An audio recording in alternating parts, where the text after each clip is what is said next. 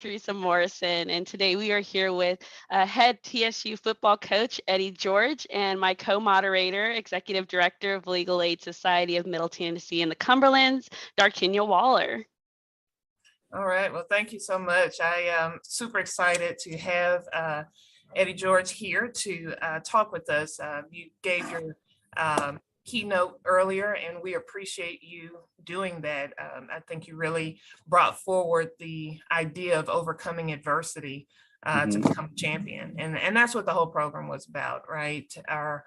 The ability to be a champion and the ability to inspire champions and the clients that we serve and the work we do. As you can imagine, when people come to legal aid, they're at their lowest point. At the point you seek out a lawyer, you're kind of at your lowest point. And those are the people we get to help. Those are the people that we get to inspire and hope to have them become champions in their own situations.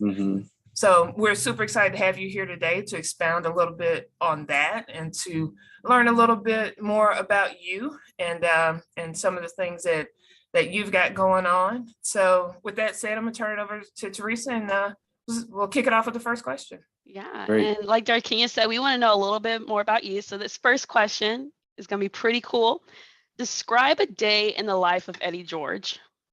Oh, really depends on the day of the week. My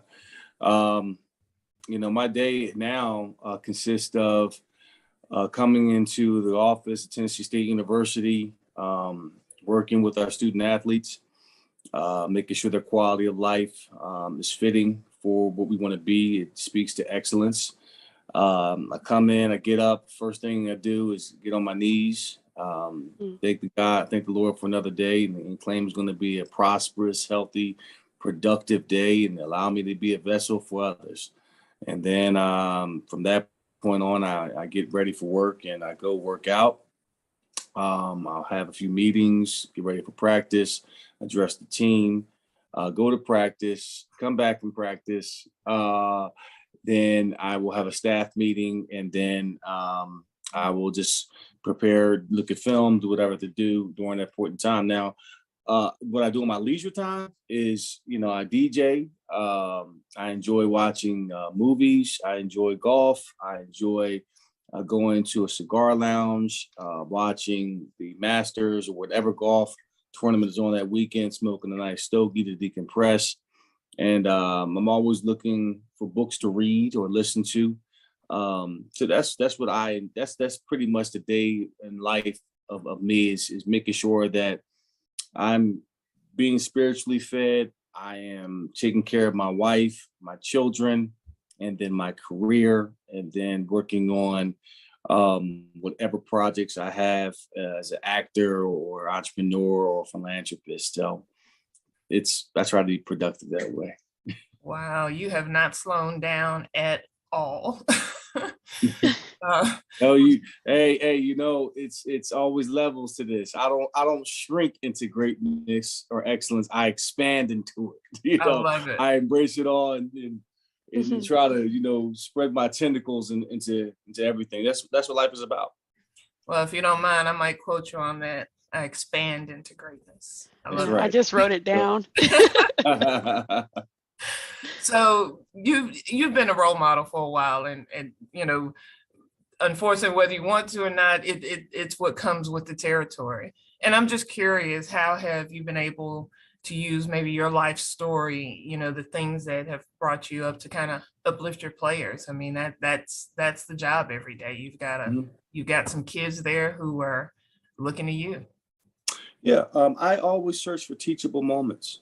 In addition to being a head coach, you wear various hats, from CEO to being a father figure to being a mentor, a teacher, a disciplinarian, a brother, someone I try to lead with simplicity and compassion.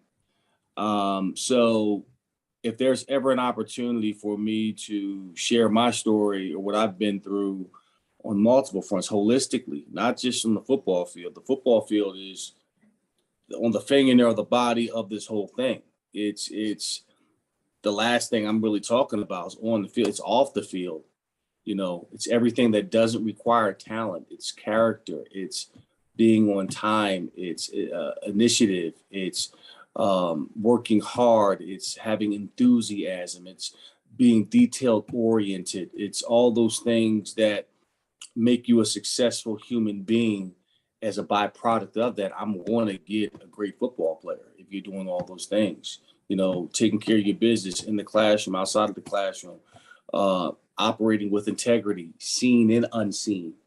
So those are the things that I harp on. So I'll use my life as that, because there was a point in time that I wasn't a mature, 48-year-old man. I was a 15-year-old snot-nosed kid who thought he knew everything, that was on the road going to nowhere, that had no discipline, didn't have a father figure in my life at the particular time. My father was a slave to streets. He was a drug addict, and he was fighting his demons. And I didn't have that guidance. And as a result of that, I was not a very good student. I only thought about one thing, that was playing football, and that was it. And I was on the road to nowhere. So I talk about all those things to them to say, hey, what wasn't for my mother putting me in the right situation around the right people at a military school, I would not be here today. Talking to you, being your head coach, I had to go through seasons of lessons of training to prepare me for this. And I just use all of that to help them understand that it's a process, and there is not it's not a bad thing that you're experiencing adversity or setbacks or quote unquote failure, that you will learn from it and see it through, and you'll grow from it. Absolutely. No, I love what you're mentioning, especially when you talked about being that compassionate and caring coach, but also the disciplinarian side. In your speech, you mentioned these 4 pillars, and that's kind of like where I'm pulling out a lot of the information you're saying. What activities are you doing with your athletes to instill those pillars in them? Well, I try to do various things from each one. From the physical side, it's of course, you want them to be physically fit, but incorporating the mental health of our student athletes, understanding where they are now, their struggles, understanding their POV, their point of view from their lives at this point in time. When I took over, we were in the middle of a pandemic. Life was very different. I handled it differently as a 48-year-old man versus an 18-year-old who had to be stuck in their rooms, who didn't have a chance to go to class, not doing well in school because of that lack of connection. I mean, there's a lot going on, in our world. I mean, who would have thought that in 2020, 21, that the whole nation or the whole world was on lockdown because of COVID-19. And it impacts us differently. I mean, there's depression, there is concern, anxiety, all those things were on the uprise. So from the mental wellness perspective, the physical side, the mental side as well, and mental wellness was so important. So making sure that we have the resources here and really being compassionate to them in terms of not really being so hard on them, but being more of showing them some love and encouraging them in the right way. From the social pillar, making sure that we have the right people in the building. Anybody that touches our program, whether it's academics or facilities or equipment, physical fitness, medical staff, that we're all preaching the right things, that we're all on the same board, on the same page with our mission statement, is that the student athlete, we are here to be of service to them. I believe in servant leadership, and that's what we're going to do. And that all my assistant coaches, and even down to the janitors, that we're speaking the right language when we're up on this floor or you're around football. And certainly the spiritual pillar, I'm always giving inspirational quotes or using scripture to tap into that well. One thing that I've done is I focus on the soul of the team, and that's being a selfless team, a team that focuses on oneness, or one breath, one thought, one spirit, sense of unity, and defining and refining our larger purpose as a whole. And one thing that we did is when I first got here, no one knew the alma mater.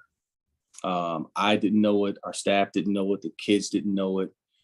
And it's nothing more embarrassing than to, whether you want to lose a game, to go to the student section where the band is and have to sing the fight song and you don't know the words. So as a team, to have pride, to have buy-in, to do things out of excellence, whether we're doing sweeping the floor or playing football, we want to do it with pride and with excellence. And we were all going to learn the song. So I spent the entire spring throughout the winter to learn this song. So after every single team function, we are singing the song. First of all, it started off with just getting the music, the harmony. So, you know, we have music played over our practices. I had that song, that fight song being played throughout the entire practice. And then we got the lyrics, put it on the wall, put it on our hands. We learned the harmony and the lyrics. And then by doing that repetition, every time we got together, we would end our practices that way. We got off script, we got the words out of our hands, and now we're singing a cappella.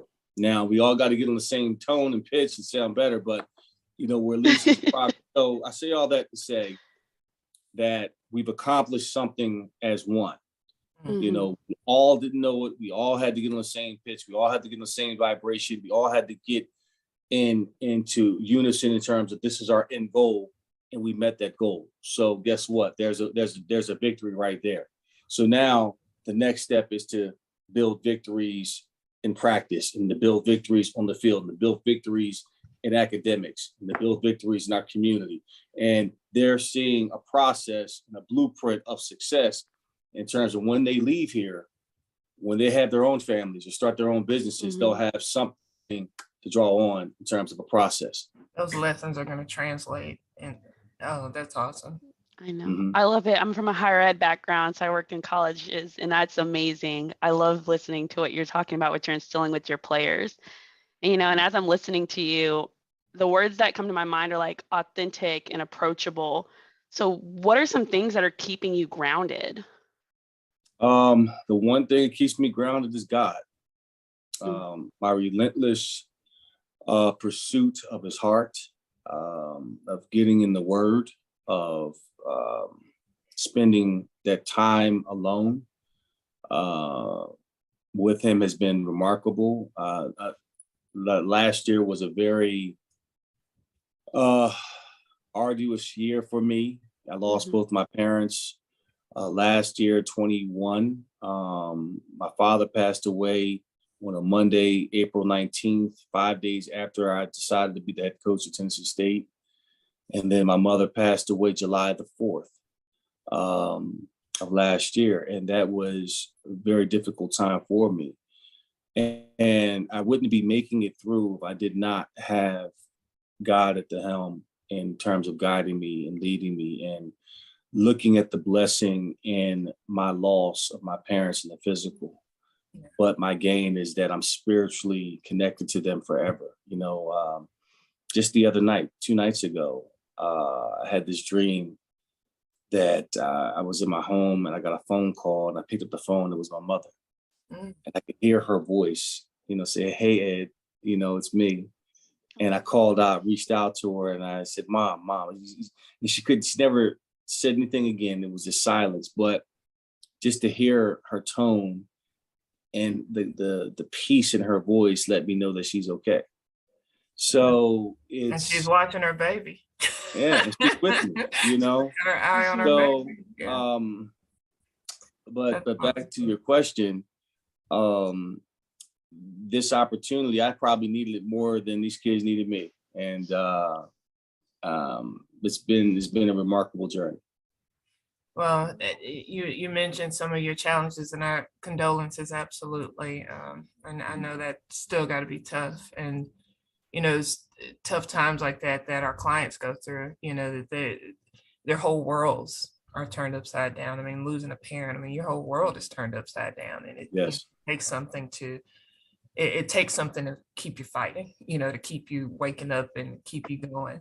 Right. So for our clients who come to legal aid and are often broken and afraid and in need of help and grasping, what words of encouragement would you give them, to just keep fighting, keep going?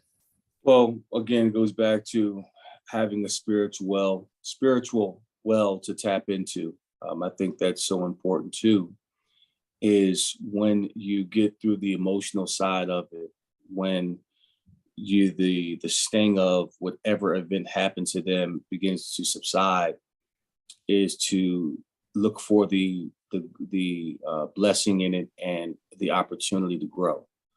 You have an opportunity to either stay in that trauma and become a victim of that, or say, okay, that just happened. Now, what can I learn from that? What am I to learn from this? How can I be a better person through this? Where is the blessing? Because the blessing is there. We have to have the courage and the gumption to seek what that is. And that could be a painful experience. It can be going through counseling. It can be going through, to be willing to go through the process of grieving or whatever that is. All of that, you have to be willing to confront, how you're responsible, why you're in this situation, and how you can prevent that from happening again. And then teach it to someone else, so it's understanding that it's bigger than you. And we can't allow our circumstances to make us victims and living in that. You've got to look at it for what it is, step out of your ego and see where the blessing is, and embrace that hardship to say, this is going to propel me to my higher calling, into something more prosperous and more abundant than I could ever imagine. So instead of looking at it that way, whether it's a disaster, like for example, Tiger Woods, a year ago, everybody, including me, thought his career was over. Counted him out, yeah. Bounced back, got his life together, won a tournament, and then gets into an accident. We don't know all the particulars around it. Now he gets into the accident, shatters his leg. Some people say he will never walk again. Mm-hmm. He's about to play the Masters this weekend. So again, you look at the resilience of a person. You look at the catastrophic event that happened in his life, but shifted and turned it around, and witnessing yet another miracle in his life. So the same thing can be done for anybody else, is their willingness and having the courage to step up and to confront it and to see it through and to meet it head on. That's awesome. Fantastic. Yes. Thank you. No, I like what you were saying, about your gumption and like meeting things head on. And oftentimes at Legal Aid Society, the way that our clients have to meet their needs head on is by reaching out to us as an organization, and where we pull alongside them and become advocates for that client when they don't really know what to do or what direction to go. So if you could give one piece of advice to those who are on the fence about advocating for others or a cause that is important to them, what would it be? Again, it goes back to gumption. Gumption sometimes doesn't mean just taking on the whole world and in mustering through adversity in a tough way. It's just saying, hey, I need the help, or hey, I can advocate for someone to be a part of this. Allowing yourself to be vulnerable. That takes courage as well too. So I would say to those people that are on the fence about this or advocating for it, if you are thinking about it, or if it's on your heart, if it keeps coming up, that's God tapping you on the shoulder saying, hey, look at this. Look at the blessing that you can be. As a matter of fact, that I need you to be, because you're just a vessel. So you need to be the hose that blesses others. And by you being the hose, guess what gets wet first? You. Before before the water comes out and blesses others. So it's understanding that could be your calling or the answers to your prayers for whatever it may be that you're praying for. So it's constantly listening to that. That is such a fantastic way of saying it, because we actually do face that with some of the attorneys that volunteer with us. So I mentioned to you earlier that we have staff attorneys who do this work on behalf of clients, but we are only a fraction of the work that we do. We are dependent on private attorneys who donate their time. You know, these attorneys who have, you know, large client bases or represent corporations who are saying, I will donate my time, I will give up my time. And oftentimes we hear that fear, you know, of wanting to advocate, not feeling comfortable or knowing if they're enough. And I love what you say. That's that tap on the shoulder that's saying somebody needs you. It's time to go. Right. So I love And that. it's having the courage to say, you know, you don't want to be career driven to say, how is this going to advance my career? How I'm not getting paid for it. It's not a big enough platform. It's not a big enough job. It's not the, hey, it's training you for something. You know what I mean? You never know how you helping out someone else, how they can bless you on the back end, you know, or in one capacity or another. So if you're trying to look at it through our eyes and through the career eyes and not the spiritual eye, and trusting and walking by faith and not by sight, and not listening to that calling, you're going to miss out on something that was meant for you. You know, so that's you know, that's the biggest reason why I'm in this position now in terms of being a head coach. I never wanted to coach. I mean, I spent my years in the business of football, played the game at a very high level, won several awards, all of that. And once I stopped playing, it was on to something else. You know, I wanted to be a successful business person. Started my own businesses. I had a landscape architecture firm, which I sold. Now I'm in wealth management. Wanted to become an actor. I've been on Broadway. I've been in various plays in Nashville and abroad.